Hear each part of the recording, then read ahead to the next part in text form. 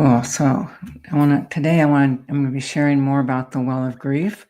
And today or tomorrow, we'll be doing the dark force interference that's affecting the well of grief. Okay. But I want to talk a little bit more about the well of grief itself, so you get a better sense of, what is this? So thanks, Abigail. Well of grief.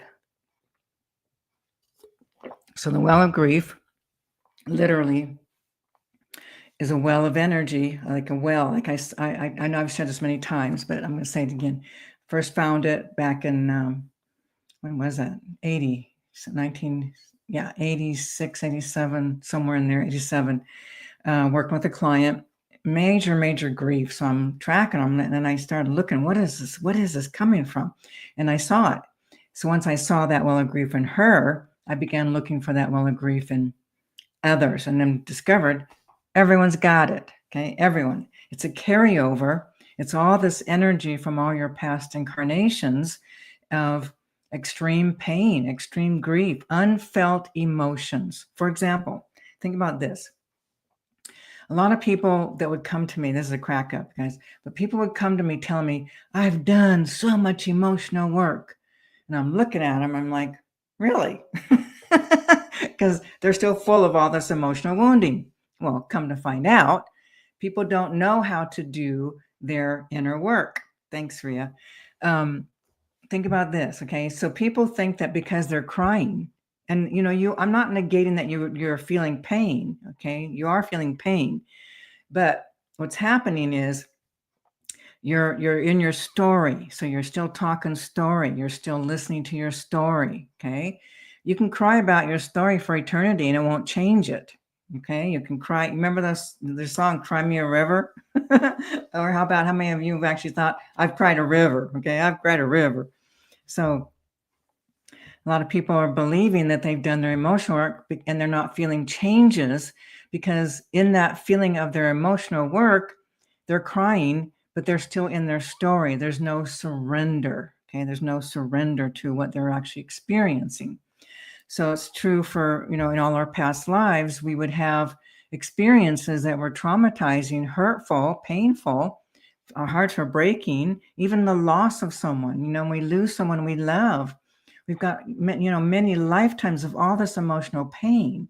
So it's all that pain that keeps getting collected because it's not being known, people. You're not knowing it. I'll explain that in a moment. But so you have all these, these scenarios of so much heartache and heartbreak and pain and anguish and suffering and, all this despondency and shattering, all these emotions that you're not really going through. Yes, you're crying.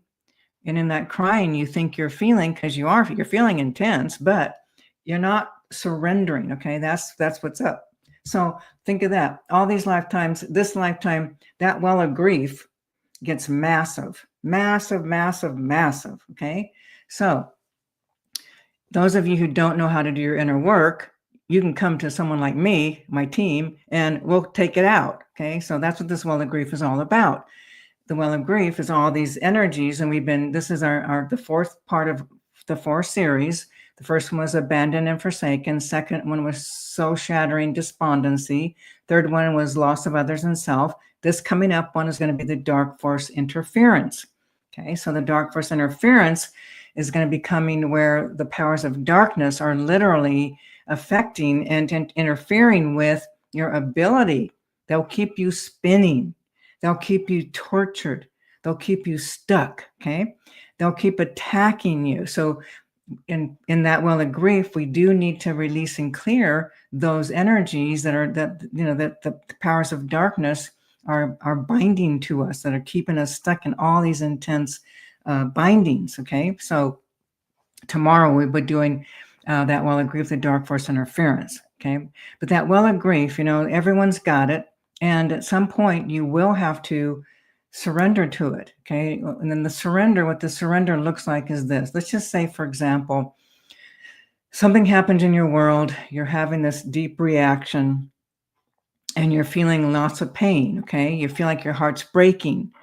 Okay, what most people will do is they'll be crying, but they'll still be in their thoughts. They'll still be in their story. There'll still be some kind of mind activity. Okay, you're feeling pain, but you're not surrendering to it. Okay, what happens though is when you surrender, you drop the mind, you drop the story. You no longer need your story. Once you're activated, you don't need your story anymore. Okay, you're in the feeling place. So then what happens is, oh, okay, you get activated. Oh, you got it. Now you're in it. You drop your story, become that emotion so that nothing exists but that emotion. That's all you are. You are that emotion and nothing else. Okay. That's when you know you're knowing it. So then it gets intense. Now you're feeling like you're going to die. Okay. For real. Now you feel like your heart is breaking, shattering, and it feels like it is. Okay. And you stay with it. The moment you have a mind thought, drop that mind thought. You might have awarenesses. They'll move right through you, but you keep coming back to the emotion until there's nothing happening anymore. Okay. That's how you go through an emotion. All right. And with the help of, the team, myself and the team, we come in and we start releasing, the energies in that well of grief. So the dark force interference, when you got dark force interference, you'll be doing your inner work, but if you're not even aware that there's a dark force interference, you're never going to get all the pieces because that interference blocks you from knowing these energies. Okay. So again, dark force interferences, their desire is to keep you in suffering, to keep you in great suffering, to keep you down, to keep you from, having your heart's desire, from keeping you from shining your light, which begins to happen when you start doing your inner work. Your light starts to shine forth. That's what happens. They don't want that. They want to keep darkness, keep you stuck. Because, they feed off all your anguish. They feed off all your fears. They feed off all those negative energies, and it gives them more power. So, the well of grief, the dark force interference, we definitely want to start cleaning that energy up. Okay. Because it'll just keep you, locked in and keep you spinning sometimes in the same old. Okay. Yeah. Okay. Hang on a second. Abigail's saying something here. She says, okay. Yeah. She's sitting with it, surrendering to it, and coming out on the other side. Good for you, Abigail. You got it, girl. Okay. Hang on a second. What's this? I still get a little pain in my heart, and I've been trying to surrender to it. Just can't identify just yet, but I'm on the path of liberation, so I'm ready to surrender. Good. Yeah. So you guys, just so here's the thing. Everything comes in its own time. Okay. I know many of you have already heard this. Okay. So, remember I said about all my life, there was like I had a sadness, and I did all this inner work, I did all the mommy, daddy work, all these things that I could find, and all the surrendering, but there was still some kind of sadness I just couldn't find. It was still there. Okay. Got activated. Okay. Got activated. And remember I told you it was the piece around that I never had a clue of, a belief that my dad didn't love me. I can remember he died, went away, left when I was a kid, the abandonment, but it never registered that I had a belief that he didn't love me. It was mostly about missing him, wanting him, longing for my daddy. Okay. And when I got that piece, I'm not joking, on the floor, I've never had such hysteric crying in my life. That was hysteria. Okay. But I tell you, I went through that, and everything changed. My heart, everything changed within me. Okay. My point being, okay, I've been doing my own inner work since 1984, and I just got this piece like early this year, or I can't remember now, maybe earlier this year. Okay. I did all this other inner work. So my point is, people, everything will come in its time. And the good news is because we're now majorly in the acceleration, and with those energy updates that are happening, I just, we have an energy update coming for November that'll be posted soon. But everything is supporting and helping and assisting to bring up the deepest, most unconscious areas in our subconscious that, that people haven't faced yet. Okay, this is what's up now. So Abigail, sweetie, just don't try to figure it out with your mind. Okay, something's going to activate it. That's how it works. We get activated. Okay, then we drop in. There's a reason why everything's happening. There's a divine plan unfolding. We're all part of that. And yeah, so okay, hang on a second. She's saying something else here. Yeah, the crying is coming over my dad too every night. I set the time aside to let whatever wants to come up show up. Oh, you guys, when my dad died, I had just turned 16. 1 month later, on the 13th, he died. Okay, devastating. I cried almost every night for 10 years, people. 10 years crying for losing my dad. Okay, so when you're crying, Abigail, sweetie, crying over your dad, look, just keep going deeper. What a good thing that you might do when you're in this state of crying, you know what I mean? Like when you're feeling the sadness of your dad, take your awareness and come into yourself, because you can, and find these little aspects of you that are in suffering, okay? That are in suffering. That's also what I did. When I did that whole piece around the dad, and that part of me, I found her. She was, she's out there. And I just started talking to her, letting her know that daddy's never coming back. He's gone. And many of you have heard this, but what happened was finally she cried. Let that part of you cry. Let that little inner child cry. Let her cry over her daddy. If you're not doing that, Abigail, you need to do that piece. Okay. Let that part of you that's crying, and then talk to her, let her know whatever that is, whatever your story is with your dad, let her know, and let her come to acceptance. When that part of me came to acceptance, she just got up and started playing with her tea set that I had totally forgotten I had. It was over. It changed everything. That feeling of looking for the one, I've talked about this before, people, looking for the one, that was that daddy wound, okay? Not be able to land at night feeling like, getting antsy. That was the daddy wound. When I got that piece, it's all over, okay? So find that inner part of you and let her talk, and then talk with her, let her cry it out, because that's also a piece of the healing. Hang on a second, what was that? I wonder why all my physical issues appear on my upper left. Ever the big C. Yeah, physical issues will appear on different sides. It often has to do with physical pains, past life injuries, past life carryover, where there's been some kind of damage or illnesses or something has happened. That's why it comes up on different areas of the body, okay? Okay, here's a good question. Does the cleansing also remove curses and hexes? Yeah, okay, so does it also take into account whether the curse or hex is programmed to intensify when attempting to remove it? Yeah, okay, so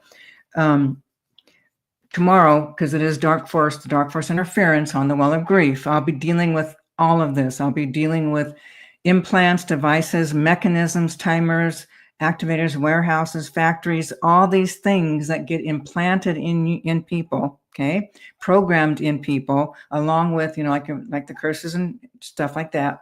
So yes, we're going to be covering all of that, okay? Now, keep in mind, everyone, remember that clearings, so tomorrow it's a half hour, okay?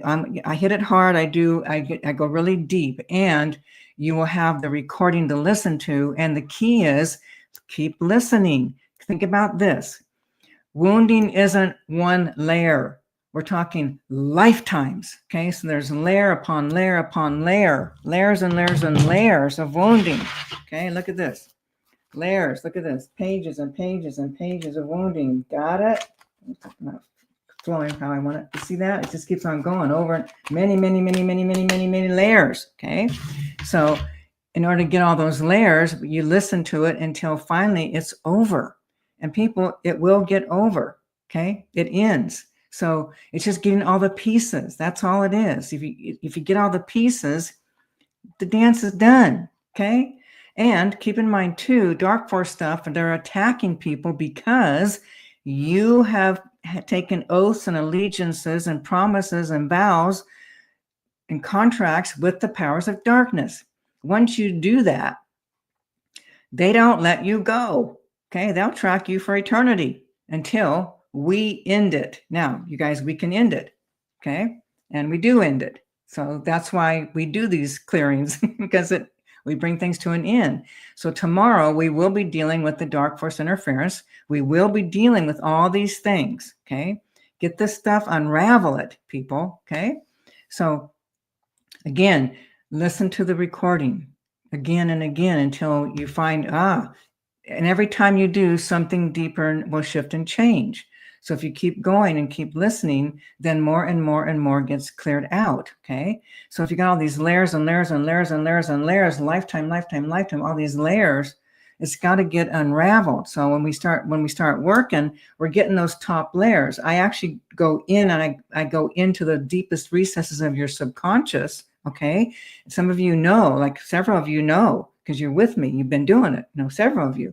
And so you've been with me when I'm hammering the dense, dark, obsidian, black stuff, the ancient stuff. I'm getting in there, piercing this stuff so that we can get the energy and release it. So, I'm working really as powerfully as I can possibly do it to get these places to give relief and start, get the most ancient stuff revealed and released. So, if you, like I said, there's several of you, Susan, Ria, Abigail, many of you have been to many of my stuff, so you know what I'm talking about.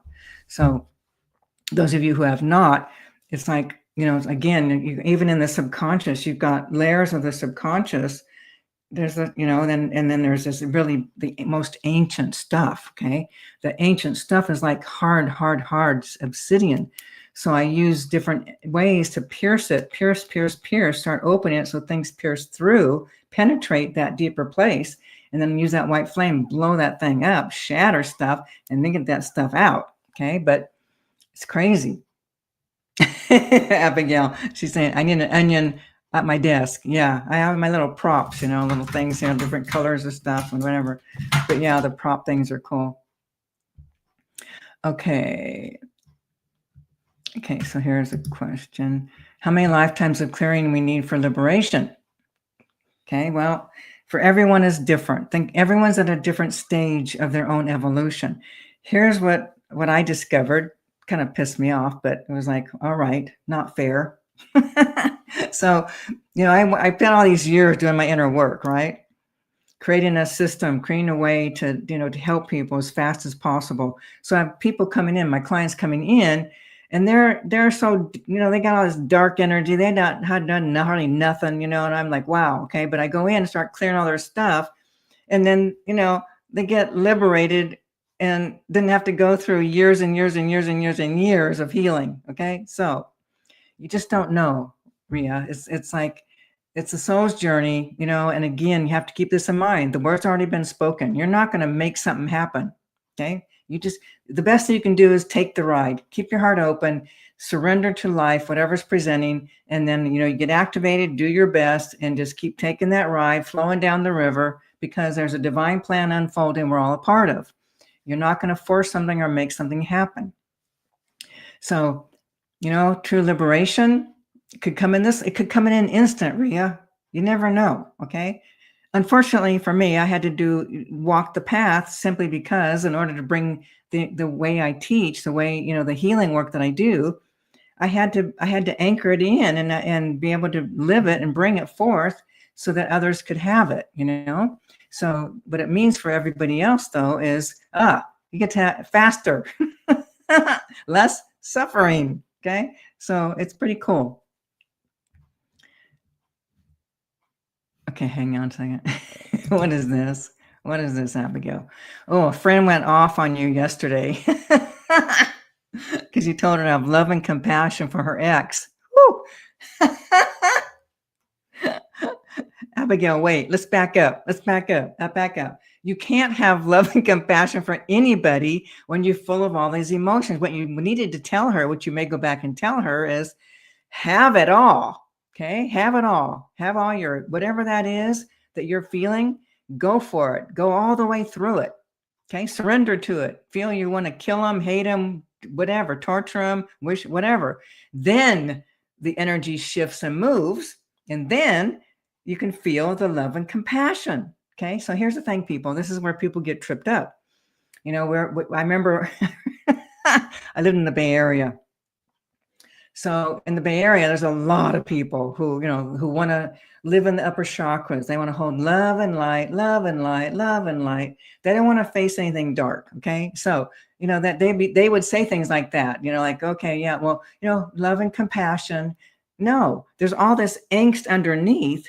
When you face what's inside there, see, here's what's up too. Your friend that has all that angst with her ex, that isn't the cause. He's just the trigger that's activating her wounding. She needs to come in using her ex as the activating, energy, and then come in and feel what's there. All that energy, the hating, the blaming, whatever. Underneath all that is great sadness and pain of, all the stuff that she suffered. But he's not the reason. She needs to keep going deeper and attach it to, it's probably her father. Yeah, I got father. Mother, no, father. It's her father. Okay. She got stuff with the father. So she has to connect it to her father. Okay. And that's where she needs to go. Let all this hatred, all this energy where she went verbally, where she wants to attack her ex. Okay. So have her do that first. And then love and compassion naturally, organically happens. That's what's really cool. Okay, hang on. What is this? When there is energy release, why is there pain in stomach area? Is it because there's activation in third chakra? Well, yes. So think about this. You got your first, second, third chakras all in that whole lower part of your body. Okay, so this is those energies right there. When we're releasing all this energy, you're feeling all this physical pain in the body. Emotional pain becomes physically painful. Okay, so yeah, that's what's happening. Okay.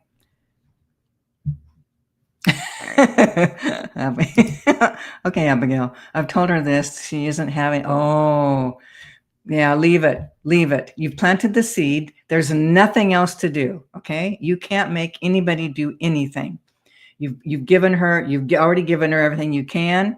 Now for you, Abigail. Now it's you. Now you demonstrate compassion and love for her. Okay. Don't make her wrong. Don't judge her. Don't find fault. Just hold her and just love her in her ignorance. Okay? Simple. Okay, hang on. Will demons also be removed? Yes, absolutely. Demons will be removed. Okay. What is this? The chakras. Oh, series 1 hour clearing. So, yes. Yeah, it is difficult to listen to it. Yeah. Take a break, Rhea. Take a break, okay? Don't hammer it too fast, okay? But yeah, people, I'm telling you, the chakra, you guys, this last series that we're doing, we just did the second chakra. We just finished the second one. Friggin' powerful, people. So if you haven't gotten in on it, you can still get the recordings of it, and it's still going to be just as powerful. But we still have 5 more to go, okay? So if you haven't gotten in on those, very, very powerful, life-changing, powerful. What's the scariest thing I've ever removed? Well, okay, let me back up. So here's the thing.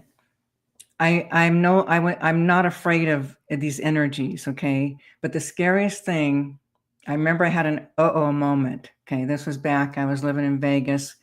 That was in what year was that? I just remember when I was in Vegas. Oh, okay, so probably 2010, somewhere 2010, probably 2011. I was working with a client, and I found this evil energy in her, and all of a sudden I was tracking to get a sense of where is this coming from, and I saw a massive energy of evil. It doesn't belong here. It's penetrated our universe, okay? And I saw that energy, and I had a slight moment, I swear. I was like, whoa, like, uh-oh, and I had a slight sensation of fear in my body, and then it moved out. So I wasn't really afraid. I was no longer afraid, but I did have a moment for real, okay? But you guys, here's the thing. What you don't know is what I've lived, okay? You have no idea. So way back in my early life, my childhood, and even early, like in my 20s, dealing with demonic energies, dealing with wallpaper changing faces, trying to terrify me and my sister and my sister-in-law, you know, so we've had many, many, many things. So what happened for me was when I started doing soul retrieval, and I was doing some trades. I knew how to trade, and I was dealing with a demon, and I started to trade, and the demon literally clawed my client and took it, you know, just ripped it right out of my hands as I was taking him up. And I turned around, and no matter what I did, it just kept getting bigger and bigger. And I thought, and I had a moment there too. That was my second moment. So that was the only two I've had. But what happened was, I just knew, I just became the light of the all that is, God, creator consciousness. And that was the end of it. Once I got that, fearless, I knew nothing. Yeah, they might hurt the body, but they're not going to hurt who I am. They're not going to kill me. They're not going to, you know, they're not going to take, you know, I just had no more fear. So that was it. Okay, this is good. Look at this. After doing the clearings, I feel very less fear of dark. It's working. Awesome, girl. Awesome. Oh, yeah. You know, yeah, you guys, yeah, Saria saying, I appreciate the way you honor dark beings too. Some people are scared.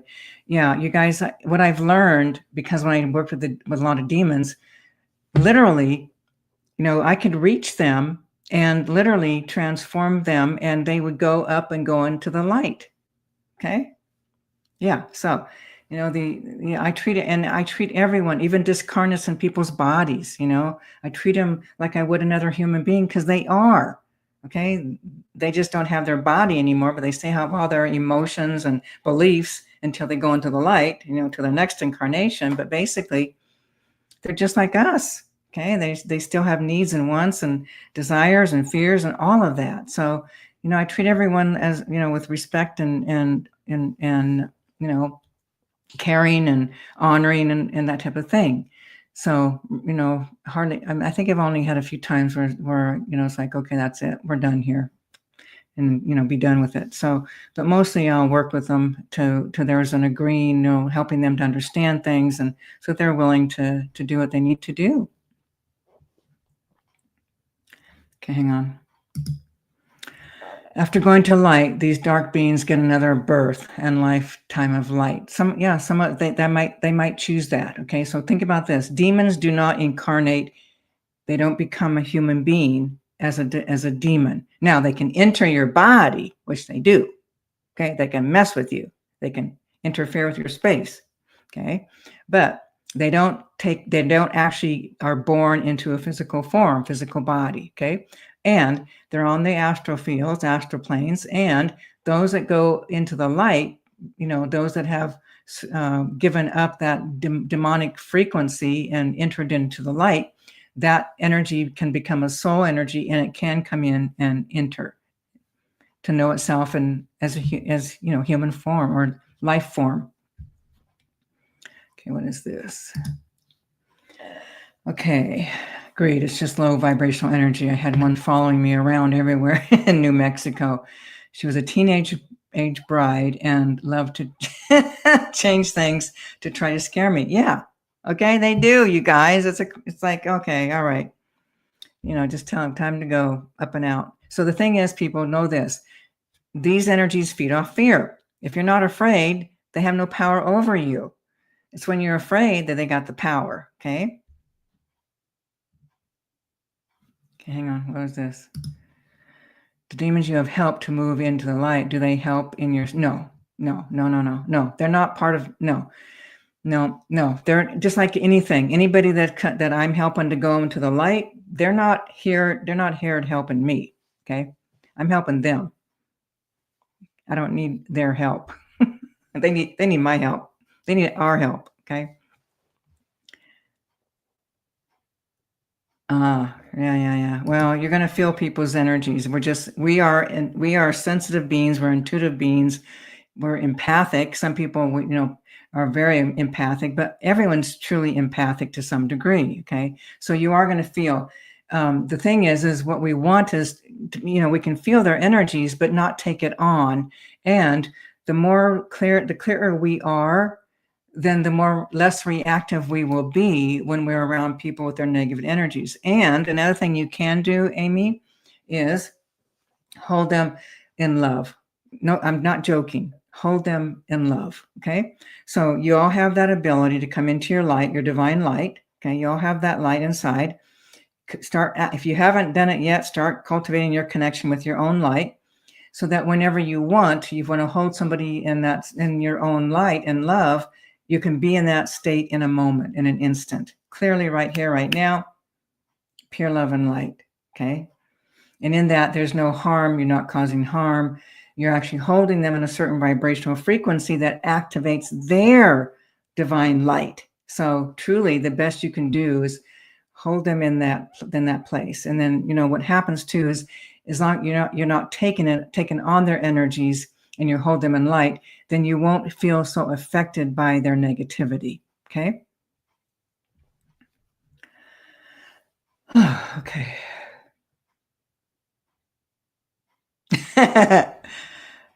Rhea, this is a duh, okay? Duh.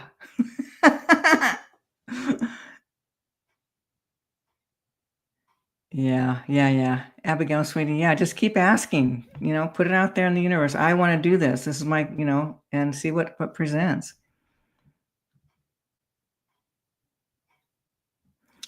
Okay. What is this, Susan? What's Susan saying? Have you communicated with AI junkie stuff? Or do you just POW melt it? Okay, AI junkie stuff. Yeah, you guys, I just don't, I'm not really, that's a whole thing that's happening. I know, and it's a major thing. I get that. At the same time, yeah, it's not part of my reality, so to speak. It's not really what I'm pulling in. So far, I'm just not really doing much with it. I mean, if it starts coming into my space, or starts interfering, I'll be definitely dealing with it. Because here's the thing, even though it's an AI thing, check this out. AI, there's other energies that are entering into the AI energy, the AI frequency, the AI communications. So there's energies. This is what's the bad news about it, is discarnates energies are coming in and living through those AI energy frequencies that people are listening to. This is going to be a problem down the road. People won't know it. Hang on, what is this? What?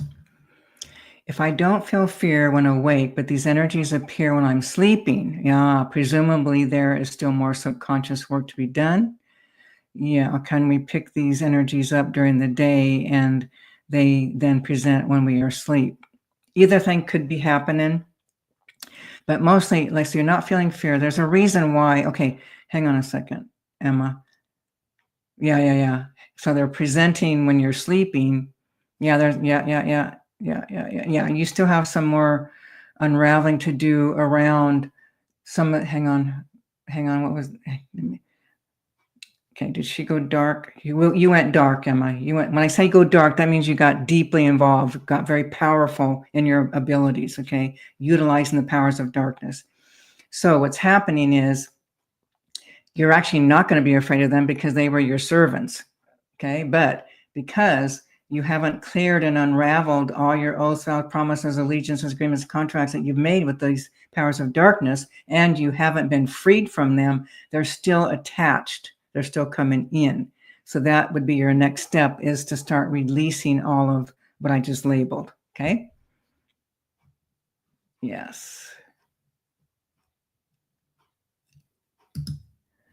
Can we help clear deceased people that yeah, absolutely. Deceased people are even easier to clear than live people. Okay, because they're in an energy frequency. So the frequencies are lifted out much easier. See, when we're in physical body, there's a density. Okay, so that density is harder to move. Okay, so when they're no longer in the physical form, okay, energies can move much easier. Okay.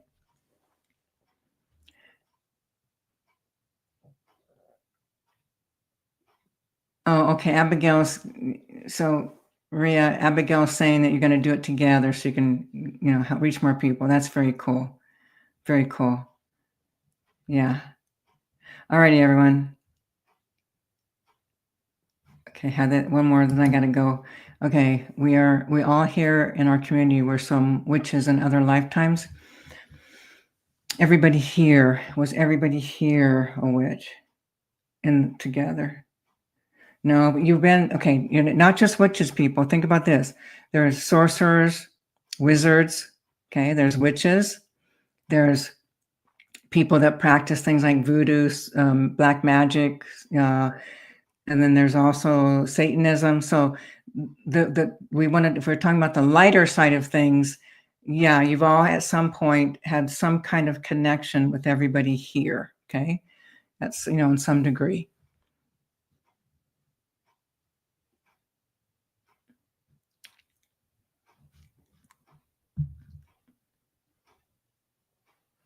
Okay, so tomorrow, people, you got negative things happening. Tomorrow would be the day we're doing the well of grief, dark force interference. Okay, so if you're having issues with people interfering with you, energies attacking you, things of that nature, you might want to attend tomorrow's group clearing. Okay, and just so you know, we also have a Q&A half an hour before the group clearing. So tomorrow at 1:30 is a Q&A. And then at 2:30 is the beginning of the group clearing of the last one of the well of grief, dark force interference. Okay. All right. Hopefully I'll see y'all then. Thanks for being here. Till next time.